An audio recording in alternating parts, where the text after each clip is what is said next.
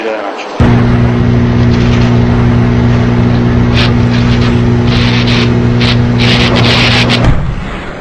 Сега другия момент, от който се учим, е когато стигне до протести.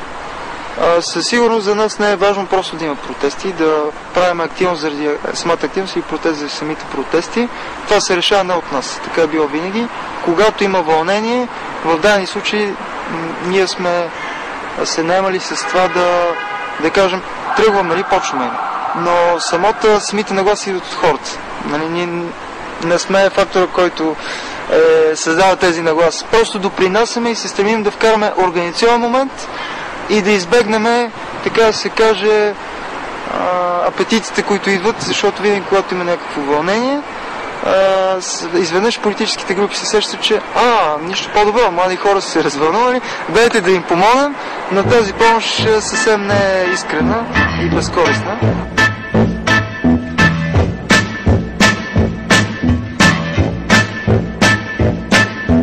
Show me the way to the next whiskey bar. Oh, don't ask why. Oh, don't ask why. Show me the way to the next whiskey bar. Oh, don't ask why. Oh, don't ask why. For if we don't find the next whiskey bar, I tell you we must die. Кауза, която беше тръгнала толкова силно напред, имаше огромен потенциал да се развие и просто нещата се издъниха жестоко. Един протест, за да бъде докаран до край, той трябва да се излиза един път, втори път, трети път, 10 път, докато не се изпълнят исканията. Ако може, искания да не се сменят. При нас или се приключва с един протест, или исканията се подменят. И това неминуемо води до разочарование на много хора. Няма как да бъде иначе. Студентски град! На студентите! Студентски град! На студентите! Студентски град! На студентите! На студентите! До студентски град как може един човек да бъде активен? На него нищо не му се предлага, за да бъде активен. Предлага му се само да ходи и да пие. Нито може да учи, защото шума му пречи, нито може да се вижда с приятеля някъде нормално, без да даде 10 лева, защото е седнал някъде. Има и платени преференция за по 2 лева, но пак. Просто няма никаква алтернатива. И понеже тези хора го приемат за даденост и отиват с позицията, че са временно там, те не могат да си представят, че нещо зависи от тях. Напротив, повечето казват ясно, че това си е така, аз нали ще се махна. И гледат на принципа всеки да се спасява единично. Който успее да избяга на квартира, добре, който не успее, стиска зъби, издържа или се пък слива със средата, защото и това много често се случва.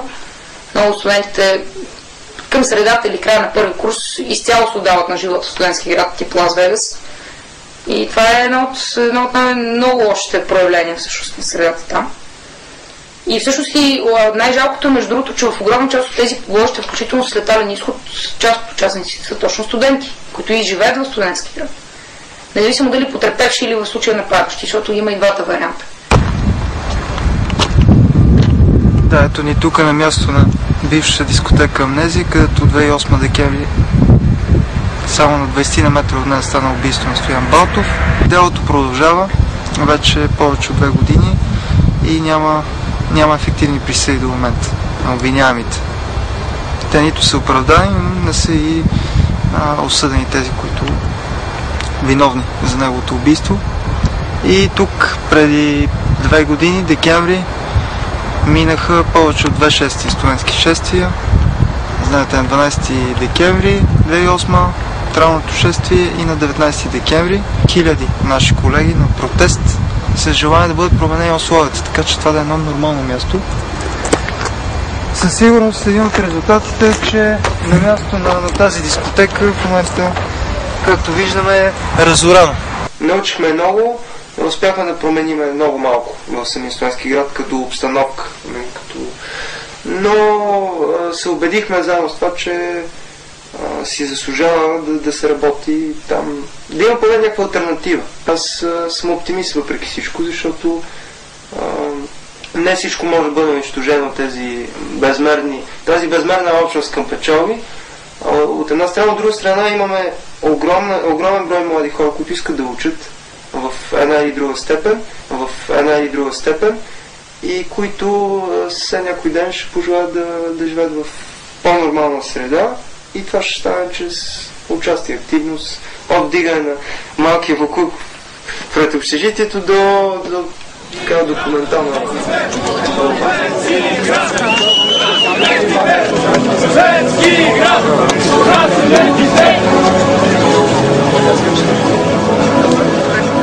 Но грешки много има. Аз сещам за един голям граф на последния протест. Не трябваше да задава този въпрос. Миналата есен.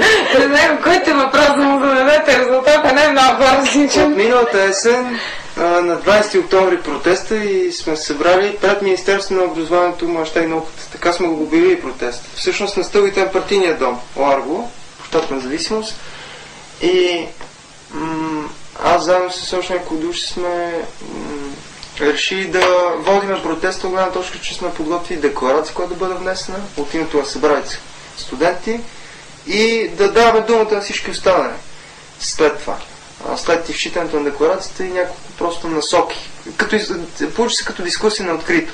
Но през цялото време, когато на мен ми се даваше възможност да говоря, аз казах Министерство на образованието и сочих една червена сграда, която е съвсем друга агенция. Падаща се отляво на страната на професионалите, но е дясно. И беше много смешно, когато разбрах, че това не е Министерство на образованието. То е при президентството и ние сме били малко отстрани от него. Обаче след това ми беше много смешно, че насочи съм и казвам, защо не се появят за прозорците на Министерство на образованието, което беше удобно да се към протеста, защото те въобще не се появиха от Министерството.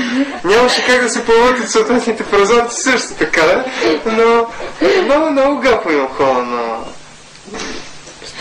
Това е най-сложното нещо, което сме правили в интерес на истината. Ето аз даже ще го извадя, като... Имаш ли го? Естествено, те всички при мен тук се складват. Това е шаблон, който сме изготвили от кадастрон и с спрей на плата се нанасят буквите. Тук в случая това е едната част от него. Противоконституционно част от думата беше изписано плателното образование абсолютно неморално, цитат от ректора на Софийския и отдолу ние сме добавили и противоконституционно беше изписано призив. А каква е самата технология на изработка на това нещо? Може ли да разкажеш? Това е във връзка с грешките, които сме допускали, ще малко да го разкажа. Специално тази технология се оказа много временка и трудненка и аз я предложих специално този транспарант да го изготвям по този способ и се оказа сложен, защото първо се изпринтират буквите с компютър, след това се нанасят с моли върху този картон, изрязват се с макетен нож. В конкретния случай той се оказа много дебел този картон, съответно с трудно изрязване и буквите трябва да са много добре очертани, за да излезе ясно на парчето плат. След като е готов шаблона, се слага плата и внимателно с спрей се изписва. А сега кажи колко време ни отне? Отне ни 2 дни, близо 2 дни. 5-6 часа отне на групата, която изрязва. Това бяха 2 шаблона, метър на 80 см изрязване. И след това отделно с спрей изписването. Имаше ли протести в групата по време на рязането? Ами да, протестът беше, че накрая аз го довършвах, тъй като аз бях дал идея специално да се изготвя по този начин и се принудих да се задължа също рано, че няма усилията на другите бъдат на празни, т.е. аз трябва да го завърша. Ама между другото не можем да не признаем, че това е най-хубавият транспарант, който сме правили.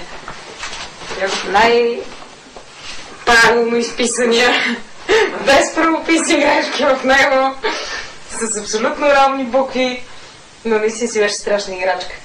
И тогава преценихме, че това не е добър метод. Сега, между другото, го преосмисляме, защото пък други метод, по който правим транспаранти, са едни много криви букви, които просто ето така си ги чертаваш с спрея, нали? И те не са особено четливи и така прегледни. И сега мислим да направим някакви временни шаблони, които да могат да бъдат ползвани и размествани, за да стане нещо, но още не сме наясно как точно ще приложим идеята.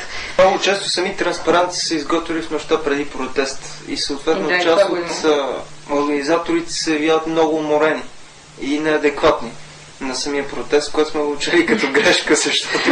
Доста често среща на грешки, то по принцип се бяхме уморени. И Така, и определено вълнение има.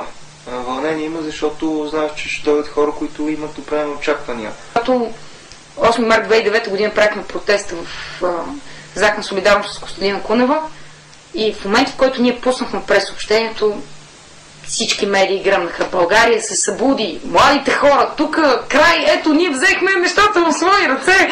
Такива много патосни приказки бяха навсякъде. И изведнъж на самия протест се оглеждаме 50 човека, от които 48 примерно се познаваме поименно. И така, медиите повече от нас, разбира се, и тогава вече бяхме изпадали малко в такава ситуация. Въпреки че 50 човека за българските мащаби си е доста голям протест, между другото. Просто хората толкова са загубили тази връзка, че имат нужда един от друг, че вече се стига до някакви абсолютни крайности. Всичко, което може да ми потрябва не само на мен, но и на съседа, не трябва въобще да се прави, защото някой друг трябва да направи откъде на къде. Там е огромен проблем, между другото, че хората не могат да повярват, че може да съществува такова нещо вече. Просто така, без интерес, без някой да му плаща. Това се оказва вече много извън нормата в поведението. Но след като ние можем, значи всеки може. Трябва да иска.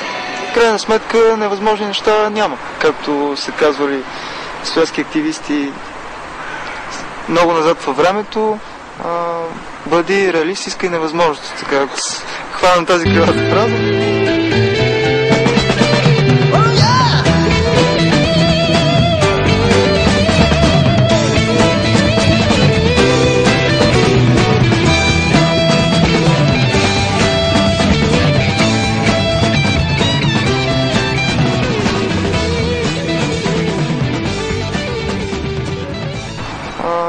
Бъди реалист, искай невъзможност. Така, ако хванем тази кривата фраза. За хората, които говорят глупости, никога няма пречки, нищо не им пречи, както се казва, образованието не ни пречи, културата не ни пречи. Може да си говорим глупости колкото си искаме. Вие като го монтирате, ще извадите, няма да го карате наред съответно, защото ще имате много часове материал. Мисъл, изваждате някакви фрази, подреждате ги, някакви тези,